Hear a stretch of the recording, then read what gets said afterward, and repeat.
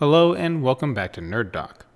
Moon Knight has finally come to an end with an action-packed finale. This video covers the plot and ending of Moon Knight Episode 6.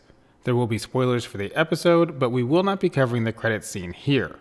If you're looking for that video, you can find it linked in the description below. If you have any questions, leave a comment below and we'll try to answer them as best we can. The final episode of Moon Knight starts shortly after Arthur Harrow shoots Marc. Arthur and his followers are going through Marc's pockets in order to find Ammit's Ushabti. Arthur uses his limited powers to fuse it to his cane. This now allows him to enter the Pyramid of Giza whenever he wants. He actually needs to get inside the Pyramid of Giza in order to properly free Ammit from her prison. Once Harrow's men leave, Layla checks on Marc only to find him dead. The only thought on her mind is revenge as she disguises herself and joins up with Arthur's followers, waiting for her opportunity to strike. When Arthur's convoy is stopped at a checkpoint, he uses the power of his newly enhanced cane to judge them all at once, killing all but one of the officers. This is when Layla decides to make her move, but Taweret uses the dead bodies as a pseudo-avatar to speak to Layla. It's actually Marc speaking through Taweret who is speaking through the dead bodies. Marc's still trying to keep her safe and tells her to go to the Pyramid of Giza so she can release Khonshu from his prison. Harrow forces his way into the pyramid, kills all the avatars of the Egyptian gods when they try to stop him, then releases Ammit. Meanwhile, Layla finds Khonshu's Ushabti and smashes it on the ground to release him. Khonshu immediately senses that Marc is gone and asks Layla if she'd like to be his new avatar. In the comics, Marc's wife does become Moon Knight at one point, but Layla adamantly refuses Khonshu's request. In order to stop Ammit, multiple avatars are needed, but Layla refuses to give in to Khonshu. Back in the afterlife, Marc is enjoying the newfound calm in his mind. However, he's not okay with simply leaving Steven behind. Steven protected Marc when he needed it the most when his mother was being abusive. He's also grown much closer to Steven over the course of the series. He isn't ready to simply let Steven go while he basks in the glow of the afterlife. Marc leaves the field of reeds behind and goes back to the desert sands to find Steven. While they each had a heart when Taweret weighed them, they are the same person with a single heart. As Marc begins to die next to Steven in the sands of the underworld, he places his heart in Steven's hand, with both their hands now touching their single heart. Back in episode 3, when there was a meeting of the Egyptian gods, the god that took charge of the proceedings was Osiris, god of the deceased. In episode 5, Taweret mentioned that they'd need Osiris to escape the underworld. Marc's heartfelt goodbye to Steven, and their combined heart touched Osiris and he allowed them to return back to the realm of the living. Khonshu immediately senses Marc's return and provides him with the power of Moon Knight once more. This time things are a little different though. Marc and Steven aren't quite of one mind, but they're very much in sync and trust each other completely. They're now two halves of a whole instead of two individuals. They can switch between Marc and Steven at will and no longer fight amongst themselves. Steven makes a new deal with Khonshu that grants him new abilities and confirms Khonshu will release him from service once Ammit has been dealt with. Khonshu turns day into night, which powers up Moon Knight, which is how Moon Knight's powers work in the comics.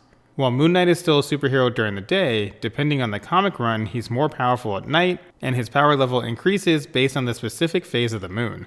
Khonshu creates a gust of wind that allows Marc to essentially fly all the way back to the Pyramid of Giza, where he engages Harrow in battle.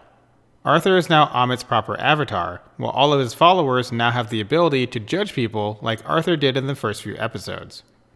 Meanwhile, Layla learns from Osiris that more avatars are needed to seal Ammit in a human body where she's vulnerable and can be killed. Layla becomes Taweret's avatar, donning a suit of her own. Taweret isn't featured in the comics, so while Marc's wife does eventually become Khonshu's avatar, with the addition of Taweret in the MCU, it's not far-fetched to see Layla become Taweret's avatar instead. Although Layla does say it's temporary, given how much fun she's having with her newfound powers and the inspirational impact she's having as an Egyptian superhero, it's very likely she continues to be Taweret's avatar in the MCU whenever we see Moon Knight next, which could be the Werewolf by Night Halloween special later this year, but that's just speculation on our part.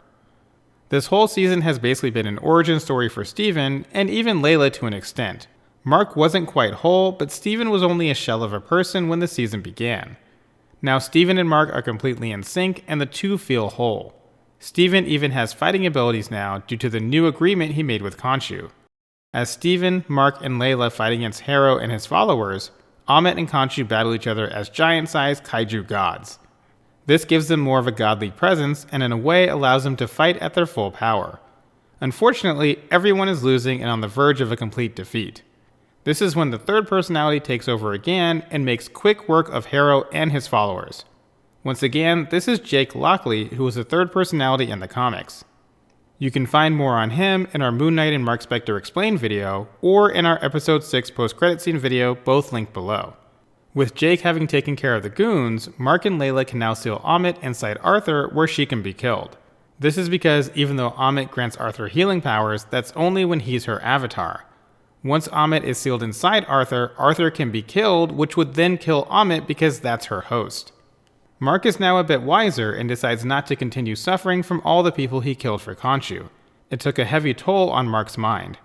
This time, Marc tells Khonshu to kill Arthur and Ammit himself and demands Khonshu release them from their service now that Ammit has been dealt with. Khonshu agrees, and Steven finds himself back in the mental facility. While Steven isn't dead, this version of the mental facility in his head serves as a pit stop anytime his mind needs a breather. It happened before so he could comprehend the Egyptian rituals of death, and it's happening now because Khonshu has left him, which has an impact on his mind. However, Arthur's feet are bleeding, meaning Steven and Marc still have a foot in reality. If you recall from episode 1, Arthur places broken glass in his shoes as penance. The bloody footprints here are a visualization of that and show that Marc and Steven are in a much better mental place. Probably the best state of mental health they've had since Steven first appeared when Marc was a child. They wake up in Steven's apartment as if nothing happened. But now there are 2 goldfish as another indication that they're 2 halves of a whole and much healthier now. Unfortunately, they think they're healthier than they actually are. The post-credit scene shows that while Marc and Steven have come a long way, there's still a lot more ground to cover. That wraps up this video and the series. Once again, if you have any questions, feel free to leave a comment below, and don't forget to check out our video on the post-credit scene as well. Thank you for watching. If you enjoyed the video, please don't forget to like, subscribe, and share with someone who loves Moon Knight.